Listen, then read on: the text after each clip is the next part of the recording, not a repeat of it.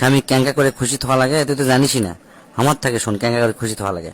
আমি তোকে যে কয়টা টিপস কমো সেটা যদি ঠিক মতো তুই মানা পারিস, স্বামী তোর জন্য খুশি খা, সারা জীবন তোর জন্য পাগলা হয়ে থাকবি।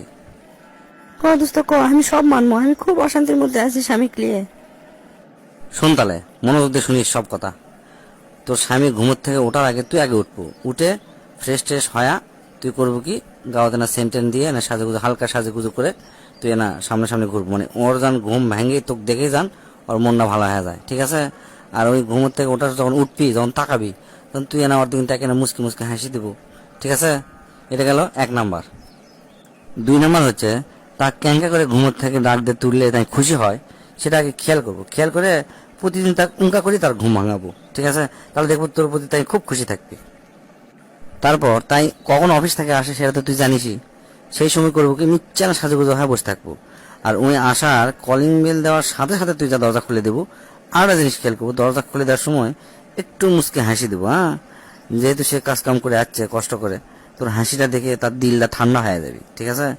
আর বিশেষ করে সব সময় না হাসি মুখে কথা করার চেষ্টা করবো ওর সাথে। এখন যে কথাটা কমো সেটা হচ্ছে খুবই গুরুত্বপূর্ণ। সেটা হচ্ছে স্বামী কখনো আঘাত দিয়ে কথা কব না। আঘাত দিয়ে কথা করে মনে করলো তো সর্বনাশ ডাকে লিয়ে এলো, কিসের জন্য? পরবর্তীতে দেখবো কোনো গুরুত্বপূর্ণ কথা তোর সাথে কবি না, করবি কি অন্য যা মানুষ কবি, বাইরের মানুষ কথা কবি, কিন্তু তোর সাথে শেয়ার করবি না, ঠিক আছে? এটা সবসময় গুরুত্ব দিস ব্যাপারটা। স্বামী যদি কোনো কাজ তো করবার কয়, সেটা সবসময় হাসি মুখে করার চেষ্টা করব, ঠিক আছে? স্বামীর কোনো দোষ ভুল করেও পৃথিবীর অন্য কোনো মানুষকে কব না। এটা খুবই একটা সিরিয়াস কথা, এটা সবসময় মাথার মধ্যে রাখবো।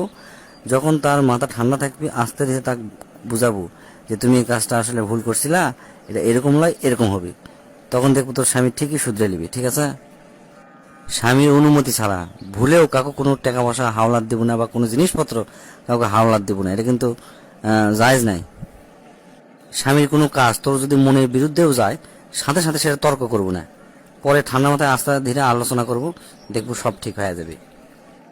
স্বামী যদি তোর জন্য কিছু কিনে নিয়ে আসে, হোক সেটা 1 টাকা দামেরও, তুই ওটা দেখে এমন একটা ভাব করবো যে তোর ওটা খুবই পছন্দ হচ্ছে, ঠিক আছে? এতে স্বামী খুবই শান্তি পাবি, খুবই স্বস্তি পাবি এবং তোর উপর খুব খুশি হবে। এটা খেয়াল রাখিস। স্বামীর মেজাজ বুঝে ঠিক সেই রকম তার সাথে ব্যবহার করব। তাই যদি হাসি খুশি থাকে তাহলে তার সাথে হাসি খুশি ভাবেই ব্যবহার করব। আবার তার যদি মন খারাপ থাকে তাহলে তুইও মন খারাপ করবো, তার মনের কষ্টটা বোঝার চেষ্টা করব, তার সাথে সেটা শেয়ার করার চেষ্টা করব। ভুলেও এরকম করব না যে তাই কষ্টে আছে তুই এমন ভাব লিচ্ছ যে তার কষ্টের তুই কোনো মূল্যায়নই করিচ্ছ না, তাহলে স্বামী খুবই কষ্ট পায়। এই ব্যাপারটা তুই অবশ্যই অবশ্যই খেয়াল রাখবো। আরেকটা জিনিস তুই খুব খেয়াল করবো, বেটি ছেলেরা কিন্তু খুব লোভী হয়, টাকা পয়সার প্রতি খুব লোভ থাকে। এই জিনিসটা তুই সবসময় খেয়াল করবো, কোনো টাকা পয়সার প্রতি লোভ করবো না। আর তোকে তো লোভ করার দরকারই নাই।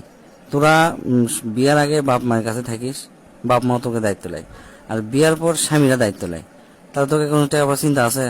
স্বামী খুব যদি ভালো রাখতে পারিস, টাকা পয়সাটা তোকে চিন্তাই করা লাগবে না। আর যদি স্বামী যদি কোনো টাকা পয়সা তোকে দেয়, তাহলে সেটা 100% হিসাব দেওয়ার চেষ্টা করব।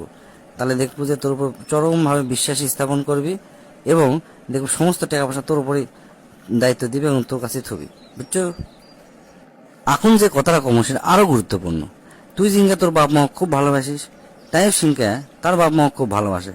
একটা জিনিস খেয়াল রাখবো, ভুলেও তোর শ্বশুর শাশুড়ির দোষ তোর স্বামী কবু না, ঠিক আছে?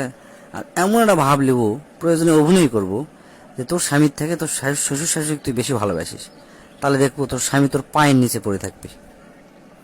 তোর স্বামী যদি তার বাপ মা কোনো টাকা পয়সা দেয়, তাহলে এতে তুই মন খারাপ করবো না, বরং খুশি হব। তাহলে দেখবো স্বামী তোর উপর আরো বেশি খুশি হবে।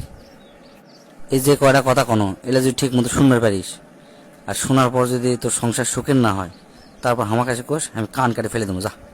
তোকে অনেক অনেক ধন্যবাদ এত সুন্দর সুন্দর কথা কওয়ার জন্য। আমি কাল থেকে এগুলো শোনার চেষ্টা করবো।